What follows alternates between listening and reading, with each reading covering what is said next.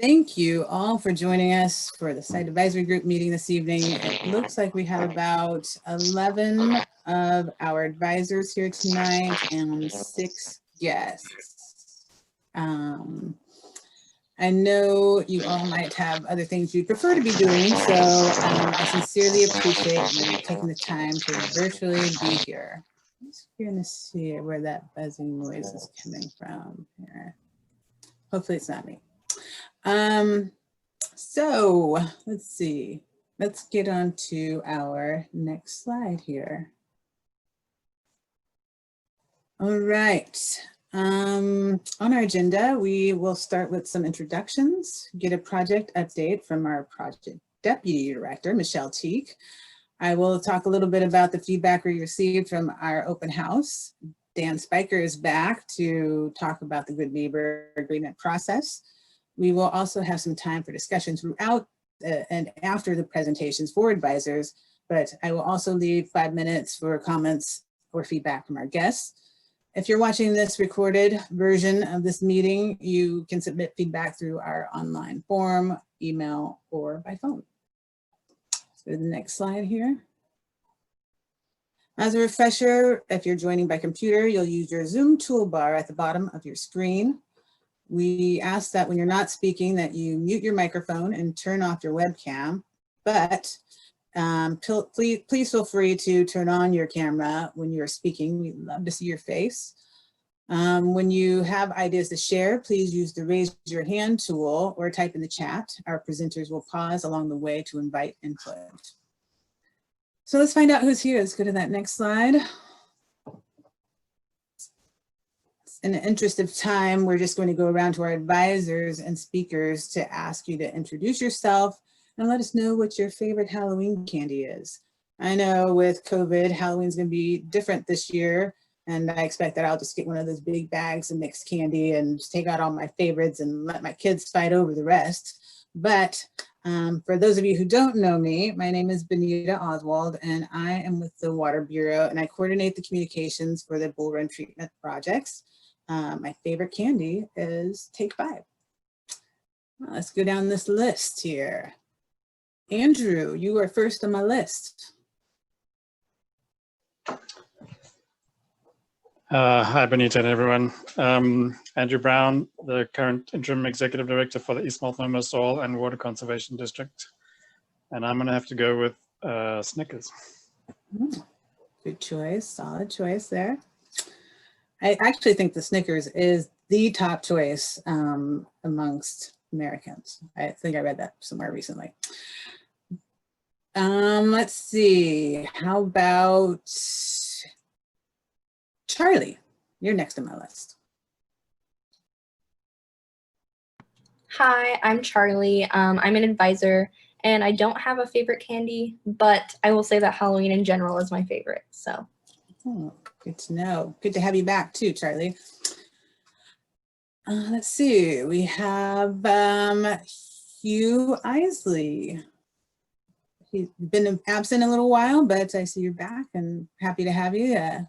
Just know, introduce yourself and let us know your candy. Yep, I'm on. This is Hugh Isley. Favorite candy is Reese's Peanut Cup, Buttercup. Oh, that's my husband's favorite. I do steal those sometimes, though. Let's hear. Who do we have next on my list? Mike. I'm guessing this might be Mike Cowan. Hi, Mike, here on Carpenter Lane and Snickers. Yes, again with Snickers. Yum. All right, next on my list, I have Pat Meyer. Good evening. Anything dark chocolate with nuts. Good choice. It's hard to find these days. Let's see here. Next I have, there's two more Pats left. No, 3 more Pats left. Pat Fiedler. Hi, I'm Pat Fiedler, and I like Reese's Peanut Butter Cups. Have you tried Reese's peanut butter cups and some more? They're really great. Put a little marshmallow, melt that in there. It's really good. Pat Walter. I know you're usually have a little trouble with your audio, so if let's check the chat here. Pat Walter, yes. Hello everyone, Dean and Pat here. Dean and Pat Walter, Babe Candy, Babe Ruth, and Dean's is Twix. All right, and Pat also says she also agrees with Pat him. All right, next we have Pat Holt. Good evening, everybody. Since I don't eat much candy anymore, it's hard to pick one, but when I used to trick or treat as a young boy, it was homemade popcorn balls from neighbors down the street. Ah, yeah, the homemade goodies, not so much anymore in Halloween, I don't think. Jane. Hi, folks. Baby Ruth. Baby Ruth. Reminds me of that ad back, they used to say the song went, Baby Ruth and Butterfingers. But sorry, I'm not a great singer. We have one more mic.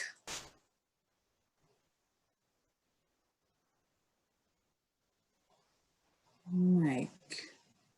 Oh, looks like the other mic might have disappeared. Okay. Well, we'll keep going then. Let's see, can we head over to the next slide? I will say that we have a few guests. We have an Anna, we have a Brian, we have a Jeff McGraw, who's been part of our design team. We also have Ken Ackerman, who's a guest. He's not speaking today, but he's part of our pipeline team, pipeline manager actually. And I think that's all the guests we have. So I'm going to actually go turn it over to Dan Spiker for his introduction. Good evening, everybody. Dan Spiker. Last time you saw me, I think, was in January. So it's been quite some time. Recall I was part of those live events that we had during the course of last fall and into the beginning of this year. I actually am very happy to hear that many of you have chosen Hershey's products since I grew up in Hershey, Pennsylvania. And yes, you can smell chocolate on the street.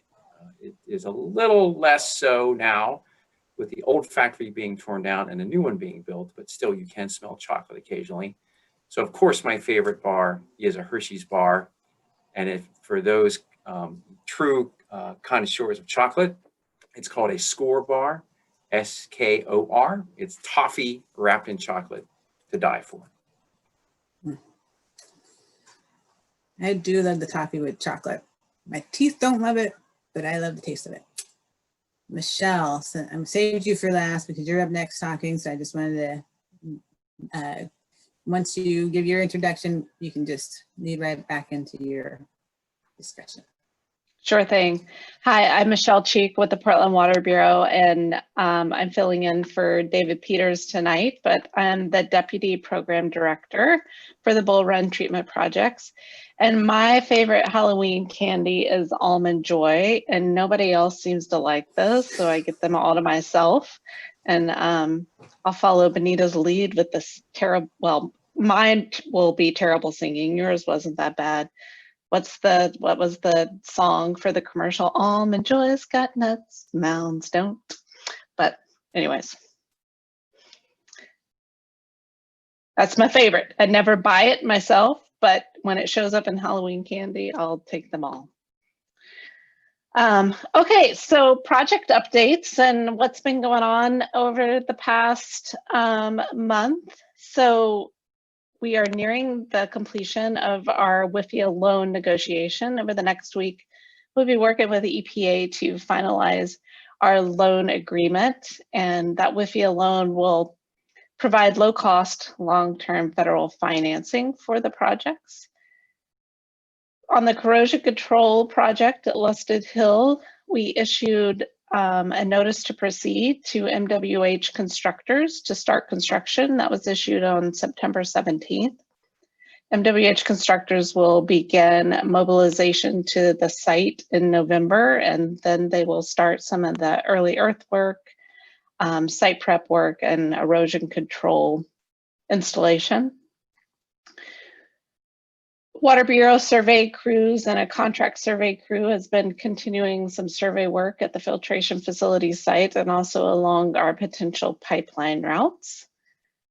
We're finalizing contract negotiations with the pipeline designer and anticipate having them under contract and ready to start work in early 2021.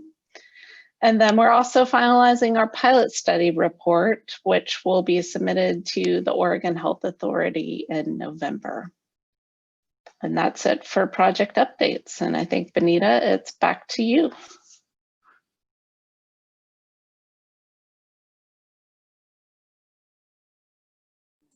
All righty. So you are all aware that we had an open house last week, took a little, or not last week, last month, to take a break from our normal agenda of having our site advisory group meetings. We want to thank you first for your help in spreading the word about that open house. We also promoted the open house in our newsletters and our postcards and social media, our website, and we reached out to our water wholesalers, sorry kids, water wholesalers to spread the word. I think I've gotten into that candy a little early, okay. But anyhow, we also reached out to the Sandy Post, but unfortunately a story wasn't published. There was a few other things that were going on that were slightly more newsworthy. Let's go to that next slide.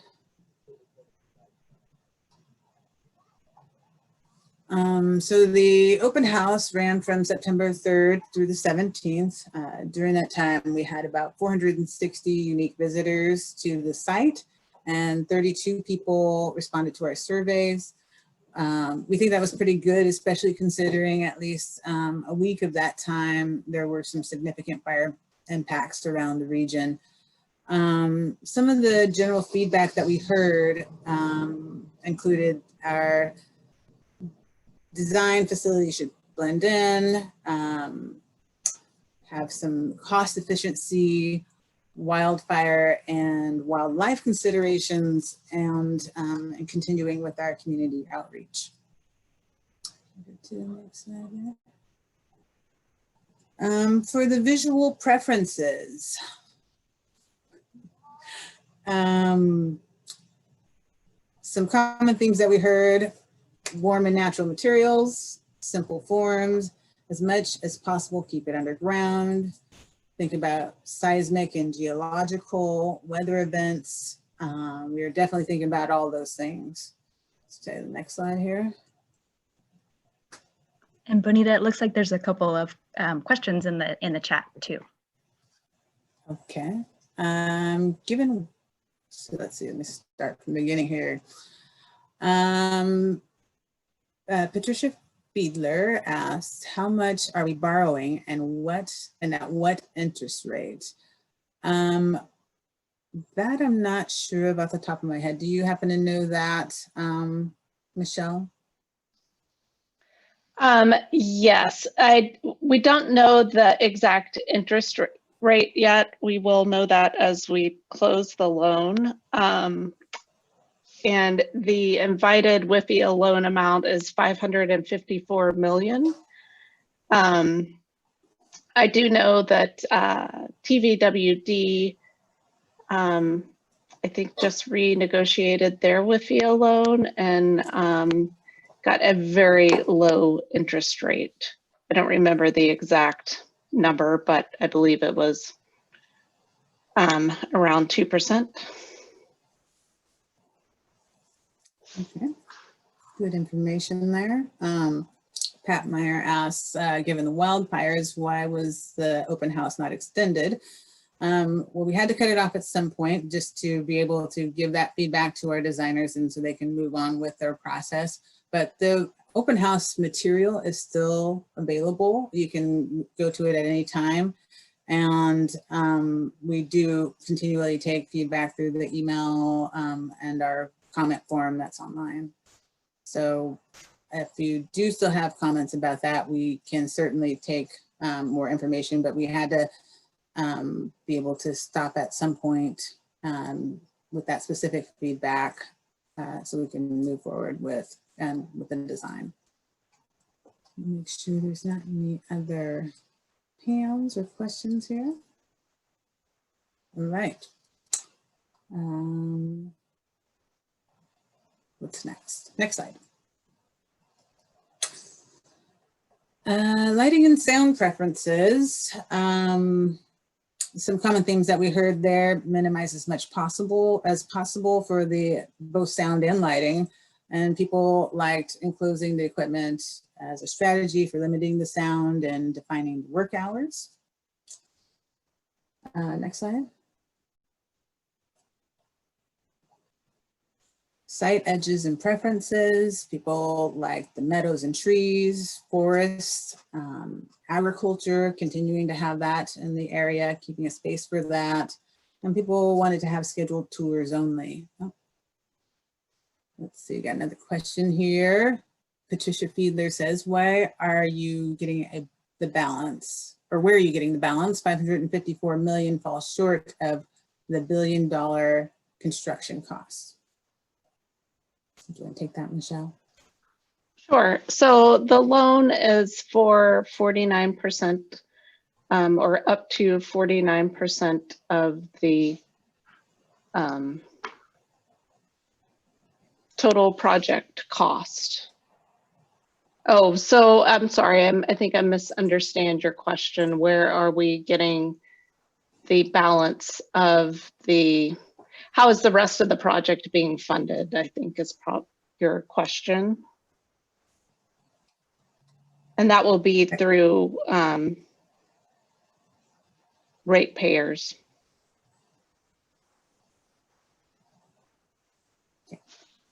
That answer your question, Patricia?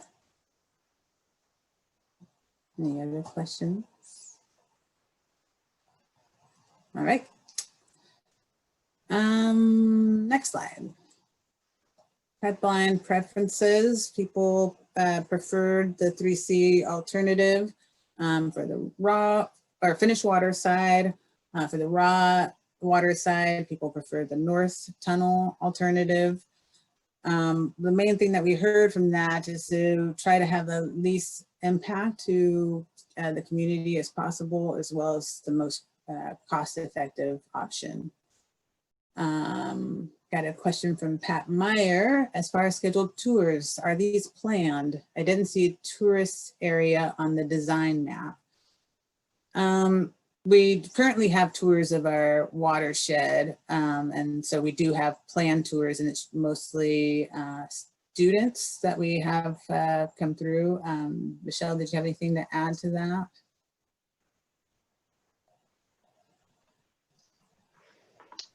No, I don't really have anything to add, Benita.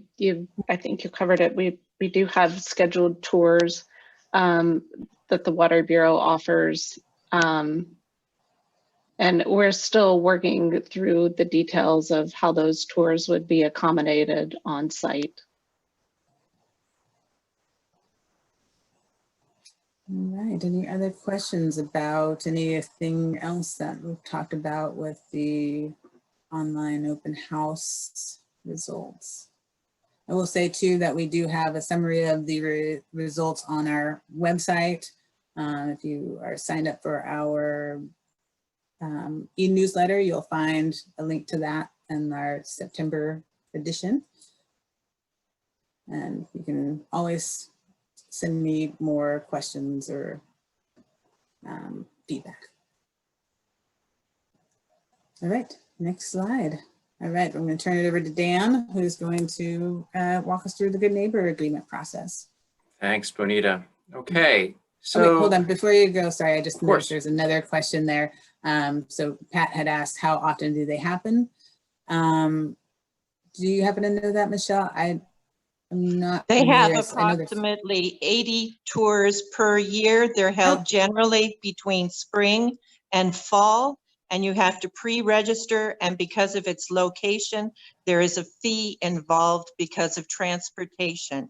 You can find out all of this information online at Portland Water Bureau. Thank you. Thank you, Jane. My savior. All right. I'll direct you to Jane for more questions. All right, Dan. Great. Thanks, Bonita. All right. So next slide, please, Aubrey. We've been using this terminology, good neighbor agreement, since the beginning of the generation of the stakeholder advisory group. And we're really now finally getting to a description of what is it, what's it going to entail, and what can we expect this advisory group to go through in the coming months to bring that to fruition. So firstly, I'd like to talk generally about the good neighbor agreement and give you some examples of what we're thinking about collectively. First of all, it's not a tome of material. It's not 40 or 50 pages of material. It is really going to be a fairly short document that, think of something less than 10 pages. That's a reflection of what you as a stakeholder advisory group have told us collectively, the Water Bureau, what you'd like to be considered and part of the process moving forward. So the goal of it, as written on the slide here, is to foster that open communication by identifying and resolving your concerns as early as possible in the project. So the outcome is that this document will reflect the Water Bureau's commitments to the filtration facility neighbors. So those of you, of course, that are on this call. The topics that will be part of that conversation in that document will be what we've been talking about over the course of the past few months. So the architects have presented some material, the design engineers presented some material, things that are associated with the design of the facility itself, the look and feel, the lighting, the sound, the landscape, the buffering, fencing, stormwater management, construction safety, and operation protocols, and of course, communications. So whatever topic we've talked about as directed by you since the beginning of the stakeholder advisory group sessions way back in September, we will do our best to encompass your needs, wants, desires, interests in this document. Next slide, please, Aubrey. So I want to start with the bottom element on here and work through the other ones. So this good neighbor agreement, again, this written document, will include a number of things that are about communications.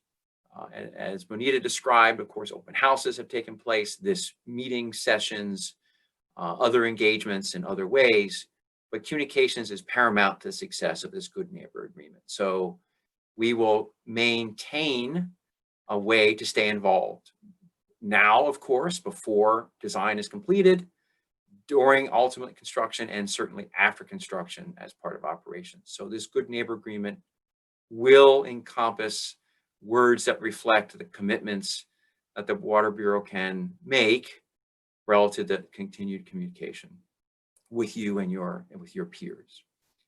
At the top of this list is design. We've been talking about design over the course of the last few months, and we'll continue to do so. This is commitments guided by you that will be used by the designers to make sure the facility is well adapted to the setting and reflects, again, suggestions from this team. Construction, another component. We might not have talked about as much construction up to this point, but it will need to be certainly from ongoing conversations in the coming months. But again, the contractor, commitments that the contractor will follow to minimize impacts during construction, whatever those might be, noise, truck trips. And of course, the longer term element is operations, followed by the facility staff at the actual site once construction is complete. Operating hours, use of lighting, whatever else is covered as part of those commitments. So really this good neighbor agreement needs to cover this broad set of items, and it will be described in these groupings. How are we going to work through communications? What are we committing to in terms of communications ongoing? What kind of design, construction, and operations commitments can we make among a number of categories? The previous slide talked about those categories. So it'll be a combination of these items across those different categories that are mentioned in the previous slide. Aubrey, next slide, please. So what we thought we would do today is give you a sense of what kind of commitment language is possible. And I want to reiterate here that these words are based upon what we've heard collectively from you over the past few months. And they're the first iteration of words that could represent language in a statement or combination of statements relative to some of these categories. And I wanted to start with communication because it, wherever we are within whatever stage of delivery, whether it's design or construction or operations, communications is paramount and must be continued throughout. So it's probably one of the leading elements to assure is committed to by the Water Bureau. So I'm not going to read through all these words.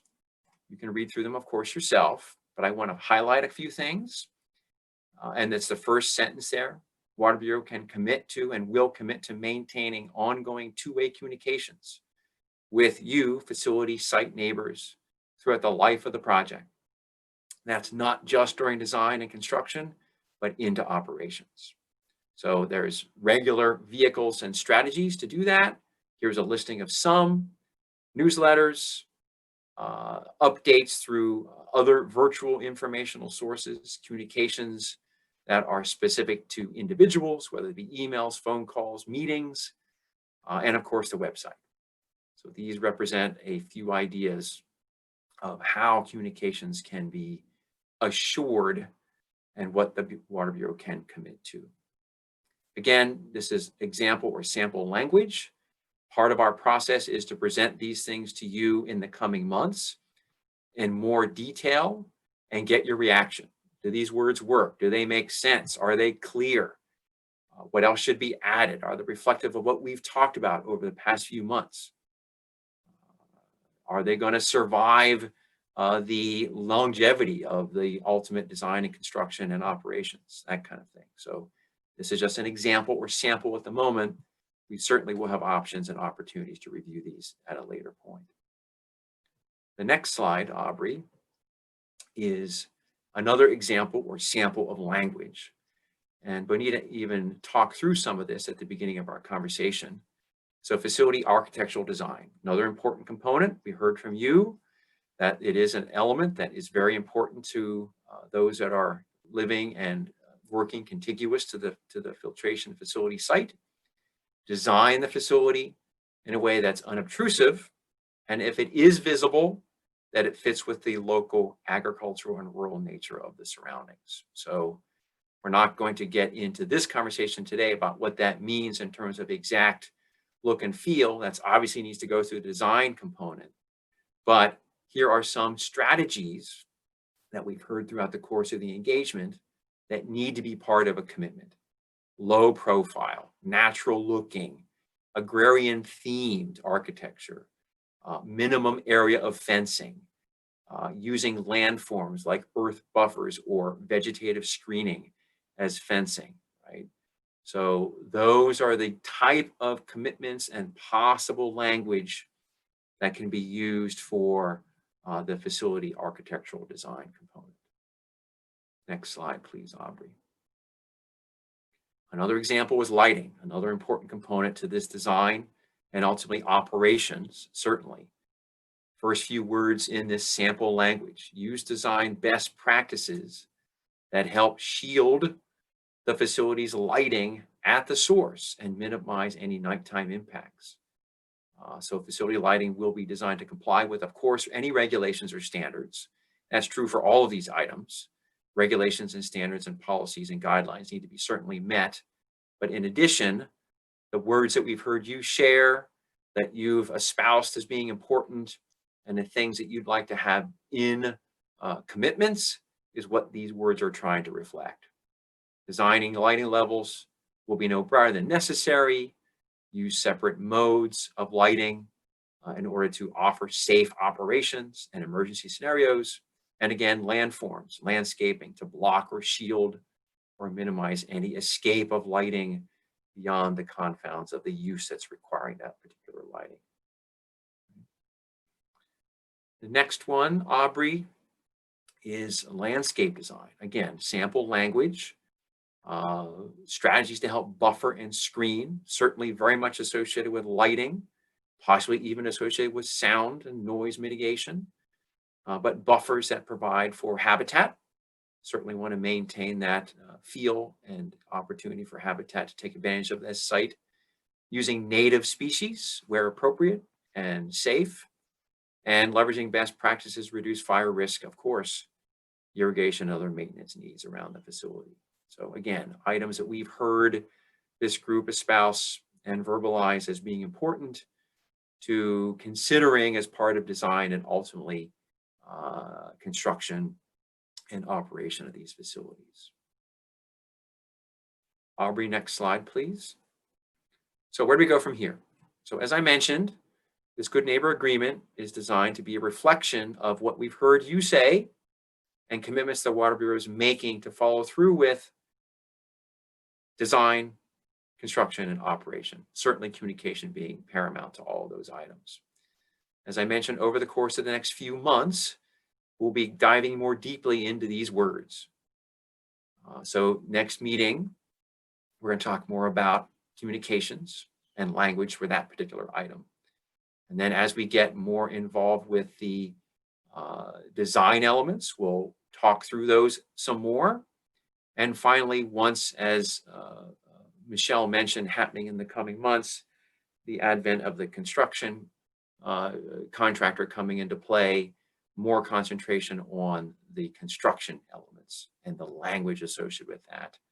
Certainly receiving your feedback and the broader community's feedback on the language. And finally, towards the middle of spring next calendar year, coming away with the actual document that reflects what the Water Bureau commits to, with, of course, the very strong hope and desire to reflect the language that you find appropriate in that agreement. So I talked a lot with that. If there's any questions, certainly open them up in the chat, and we'll respond as best we can to that. Any questions that you can think of? Okay, I see I have a hand raised from Sarah, or Jane, sorry. That's okay, Benita. I would suggest and encourage my fellow advisor members who are not familiar with this to Google the Lake Oswego Good Neighbor document, being as it's set in a neighborhood, and part of this facility is a neighborhood, that it would at least give you a more complete kind of blueprint that you could follow, and you could find what you like or do not like in it. And then you would be able to put your own thoughts for each area of the Good Neighbor document to your liking. Good. Thank you, Great. Jane. Perfect. I'm actually going to put in the chat a link to our site advisory group website, which actually lists that particular Good Neighbor Agreement as well as others. If you, that way you can easily get to any of those that you can use as examples. All right, if no other questions, it goes back to Bonita.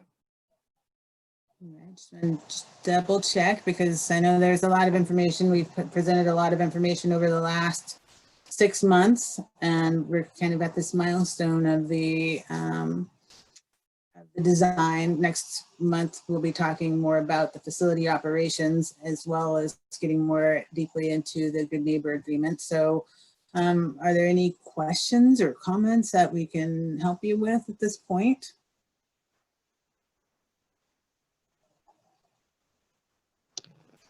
Anybody? Hello, Pat. Yeah, I don't know. How do I raise my hand? There's a little bit of, if you go into the participants, there's a bar at the bottom that says raise hand, yes, no, go slower, go fast. It's on the, I need click on the to- participants button. Oh, I But go to, you're- okay, I'm fine. Okay. But don't worry Okay. about it. You can always just pop in too. Well, you know how I love these Zoom meetings. I do. I do. My favorite thing. But I do have a question. I want to go back to this agreement where you're saying that all of our, what you're listening to us and what we want, right? And then on that will be part of the Good Neighbor Agreement. And I find it interesting that back in November, before I was even part of this, I did say that I really was against having this be a tourist attraction. And that has been, and I have said it, and Benita knows that I've said it more than once. I feel that we have the filtration plant coming in. We're going to be inconvenienced by the truck traffic. And now we're going to have only 80 tours that are going to come through during the summertime. Now, so I was just wondering, it just sounds like you've already decided that, right? Because you do it at other places. But isn't this a good neighbor agreement for us? Shouldn't we be listened to? If you're not listening to us for that, can we really be sure that you're going to listen to us for these other things? You bring up some valid points, Patricia, and I will say that the Good Neighbor Agreement, I understand your perspective, but there is also other people that are in the neighborhood that had expressed that the tours they understood having the tours. So it's never going to be a perfect, everybody's going to get everything that they need sort of situation. But we're trying to listen to everybody. Okay, and I understand that, but this is another thing I want to say. Because they're Zoom meetings, I have no idea what people think. I don't even get to see them. There's no talking before the meeting or after the meeting when we get together. And I understand because of this COVID, but I've said this before, and I know that you have to follow the policies of Portland, the city of Portland, but I do think it's a disadvantage for this group where we can't meet and we can't talk about it. Because I don't know how people feel about anything. Like I said, maybe a little chat here and there, but I do think it's a disadvantage for us to have to do it by Zoom.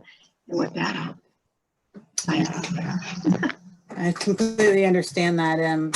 This is not a convenient thing for anybody, and we definitely can see that here, and that's why we're trying to have this open discussion now so that we can talk about these things. And I know that you had expressed that interest to me earlier about a month ago, and I sent information out to everybody that's in the site advisory group to be able to give you their contact information so you can meet independently if you wanted to and have those sort of discussions. So I hope that you are all taking advantage of that if you are needing to have more than what we're being able to offer. But we do want to be conscious of your time too. And we're trying to be as efficient as we can be. I'm going to get to some of these questions. I see there's a number of comments in the chat. Let's see here. Pat Meyer said about 3 a week. So I'm guessing that you're referring to the tours. So that seems just like some good math. Well, again, these are a good portion of those are students coming in to learn about how the water treatment process works. I'm just going to move on to Daniel Newberry's comment. Seems like outreach and conversations are via Zoom. Has there been outreach to the open house or for the open house to reach people who are not able or have difficulty with the Zoom and other computer methods? For each of our meetings, we do post them online. We have the videos, we have the meeting materials, and people can view those and on their own time. that's probably the easiest thing that we can do, given the situation for COVID. And we have a variety of ways that people can give us comments or feedback that are also posted on each of those meetings. If you go to the Site Advisory Group webpage that I posted the link to, you'll find that information. Did you have any other things to add to that, Daniel?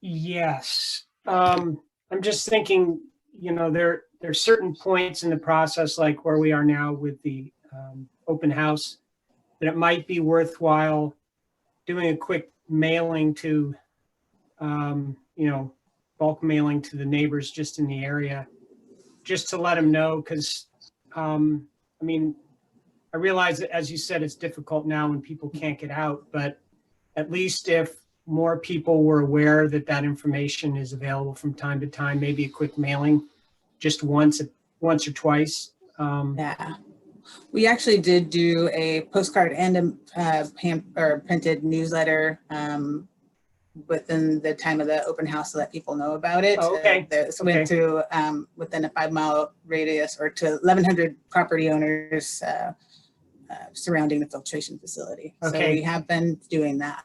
Great, thank you. That was my question. All right, and I see Mrs. Walter says, Dean and I would like more information about the pipelines, design, choosing pipeline routes, etc. Did you have anything specific that you would like to know, other than we're narrowing down the preferred alignments? We want to definitely be able to talk to the property owners that are going to be the most impacted first, and then we will make a more general announcement to the community once that that information has been shared with the property owners. Is there anything else that you wanted to know about that? Okay, it says, okay, we will be waiting for that. All right. Pat Meyer says, this is a pretty big deal to the neighbors, and I agree. I have no doubt about that. We are trying to be as sensitive to that as possible. We know this is not easy for anybody that's going to be out there. And that's one of the reasons why we're trying to have this open communication with everyone. And, you know, we've been putting a lot of outreach out. I can't control who participates and everything, but we are doing our best to make sure people know what's happening, and because we know this is not going to be easy, but we want to do everything that we can to make it easier.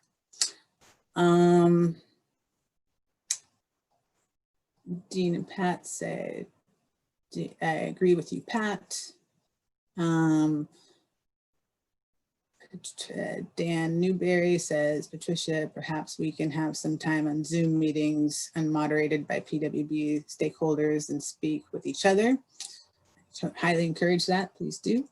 Yeah, that, Benita, that was, I was just responding to Patricia's question about, you know, having trouble understanding or finding out what other people are thinking. And so I just had just a quick idea that maybe for a few minutes we could just all as stakeholders all talk to each other at some point during the meeting. Yeah, and I've, as I mentioned, in a previous email, I shared with you Patricia's email address, so please feel free to she's promised me that she wouldn't share your information with anybody else. So please do take advantage of that. Pat Meyer says, are they necessary? We did not receive any mail. So I just want to clarify what is necessary, what you're. Hi, Benita. Okay, so let's go back to the whole conversation about traffic and attendance by visitors. Mm-hmm. I know that's a really big deal to the neighbors around here. One of the things that is super important is that it not become a sideshow. We've talked about that right from the very beginning. And, you know, I don't know how many staff members you're going to need running a facility like this, but let's just say Oh, if it's a couple of dozen. And you're running 3, bus loads? I'm assuming we're talking bus loads. I could be wrong here. Maybe you can clarify that for us. But that's an awful lot of traffic.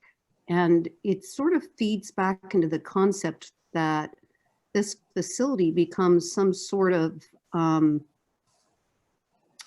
trophy that you're dangling out in front of, the public. So, hey, come visit this big mega construction facility that we got to, push through on the neighbors. And yes, I'm still bothered by it, as you can tell. So I joined this because I want to know what's going on. And you say that you're going to hear us. If we can't stop the facility, the least you can do is really consider our concerns, like Pat Fiedler was saying, about not making this a sideshow. We don't need traffic. You certainly don't need the income from whatever tickets you're going to sell for tours. There are other facilities that can be shown. I mean, out of good neighbor conscience, you're devastating a community here. The least you could do is not make it a sideshow. My 2 cents, and when you talk about the email stuff, we didn't receive anything. We're on Carpenter Lane. I would have thought that if anyone would have received anything, the people that live here in the immediate area should have received something. So, P.S., the Postal Service doesn't work out here very well. So just an FYI, probably about 70% of our mail reaches the homes, if you guys didn't know that already. So if I didn't know that. one mailing does not work. If you want to actually make an effort to let us know what's going on, it needs to be multiple mailings. Yeah. So thank you. Yeah, I appreciate that feedback, Pat. I don't know, I just want to reiterate that this is not just an open public, come when you want. These are planned tours that we are currently hosting with our tours of the watershed. I don't know, Michelle, are you aware of, I know we've talked about it at one point, how many people would be used to operate this facility at one given time? We're still in the early stages of determining how many staff or operators would need to be on site at any one time, but I believe it will probably be between 20 and 30. And we could certainly share some more information about that as we gain more clarity around that topic. I just thought I'd also offer some more information regarding the tours. Our current tours are limited to a group of 25 people, and it's not multiple tours a day. So it's not busloads of, multiple busloads of people showing up at the site on a daily basis. And this is an operating facility, so we don't want busloads of people at the site either, potentially interfering with operations. So they are very controlled and planned tours. Thanks, Michelle. Let's see, next, we have Pat Walters, we talked about that. And Pat Meyer says it sounds like it will be quadruple the traffic over staff.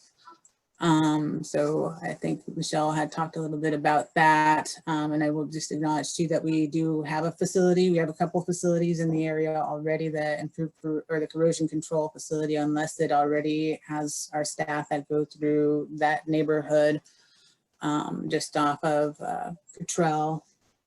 That, and when the filtration facility is in operation, that one, they would no longer be going to that facility. And there's Water Bureau staff that travels through there to get to the watershed and to our other facilities in the area. Patricia Fiedler says, when will we know the location of the entrance? Do you have an idea about that, Michelle?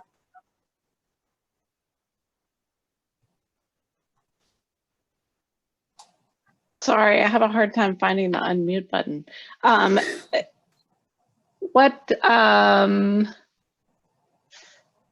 We should be able to provide some more information on the entrance as we get to our January meetings, where we'll be talking more about the facility and site design. Okay, Jane, you've had your hand raised. I'm going to pause on the chat for a little bit and see what you have to say.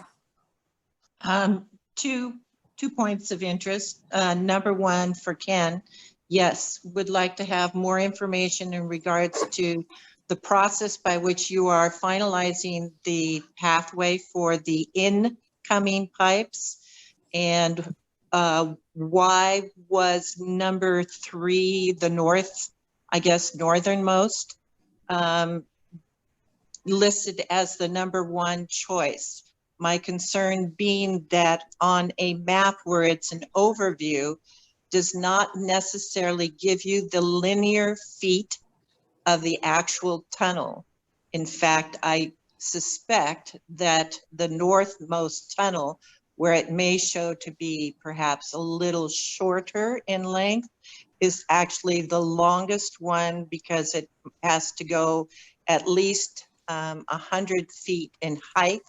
And the old, a squared plus b squared plus c squared tells me that that one is actually longer than the red one.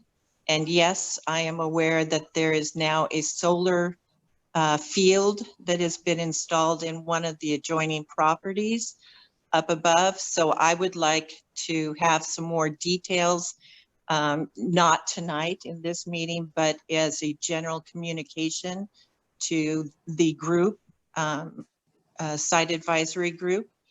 And number 2, as far as the entrance location, I have always been proactive in having it come from Bluff Road and having only an emergency exit at the Carpenter Lane in the event of such a need. And that I think an agreement between the nursery and the Portland Water Bureau could be reached in order to make that road for use in construction, also the approach to the facility on a permanent basis as well. I know that they want to have it, or at least Sean has said he wanted to have it more easterly, but there is already a 4-way intersection with Bluff, 362nd and Proctor, and that would be very inappropriate to add a 5th leg to an already awkward intersection. So I think having it come somewhere a little bit closer to 352nd would be better. But I'll save the rest of my opinions, and Jeff and Ken and the rest of you can expect to see another one of those delightful communications from me. Thank you. Right. Ken, did you want to address any of those issues that Jane was talking about? I don't know that we want to take time. I think if Jane, if she wants to send the email, I've loved her emails, and I think we can just respond in that and get that information out to the group. Okay, sounds good. All right, let's back to this. Let's see, when will the location? Okay, that was Pat Walter says, Dean and I are also interested in construction traffic and which road will be used, as there are 2 alternatives possible, one being behind our property. I don't believe that's been determined yet, but Michelle, you want to talk to that?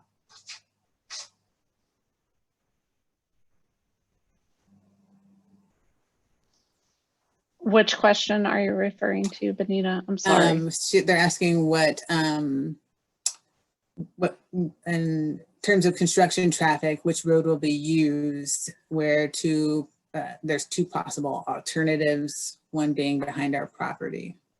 The construction road, I'm guessing we probably don't know since we don't have the construction contractor on board yet. Correct. I would say once we get our construction contractor on board, we'll get them engaged in conversations and identifying construction routes. We do have a plan to have the construction contractor be a part of one of these meetings, I believe in January or February. So I'm sure that will be a very important meeting for all of you to attend. Charlie says, in terms of Bluff Road, that will greatly affect Oregon Trail Academy that is located off Bluff and Proctor.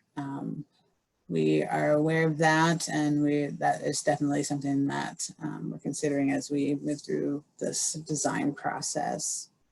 Dean and I agree with Pat F. Okay, sounds good. Dean and I would like to meet personally with the construction contractor at a later date. Get that worked out. And we're running out of time, 6:57. So I want to also make sure that any of our guests, if they have any questions or comments that they would like to make about anything that they've heard tonight or questions. All right, looking for hands. I'm not seeing anything in the chat. Phew, all right. Next slide, Aubrey. Moving on to what's next. As I mentioned earlier, we're having our facility operations conversation next meeting. That's on November 12th. Kimberly from the Water Bureau will be talking with us then. She will probably have some more information about what your questions are on the operations and how many people she might expect to see there.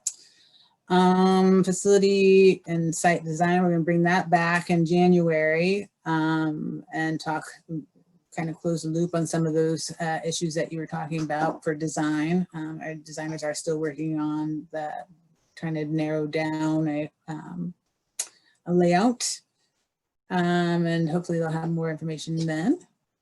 And in February, we have the facility construction, and by that time we should have our construction contractor on board, and they can talk to a lot about the things that they have in mind in terms of the construction activity. So with that, I want to thank you for attending, and as always, we appreciate the conversation, the dialogue. And as I mentioned earlier, there's that opportunity for you to meet on your own. This is not exclusively a Water Bureau issue. I know that you are all have your own issues that you want to be able to maybe talk about a little bit more. And that is great. I encourage that. As always, you can call me, you can send me an email, you can use our comment box on our website, and any sort of additional feedback. We're happy to hear any questions and happy to connect you with the right responses. I don't know all the answers. I don't know a lot of answers, I'll admit that, but I know all the people that know all the answers. So I'm happy to get those answers for you. Michelle? Yeah, I'll just second that, Benita. Thank you for everybody's time tonight. And it was nice to see some of you again and meet some new folks. So I'm sure I'll be back in the future. But thanks again.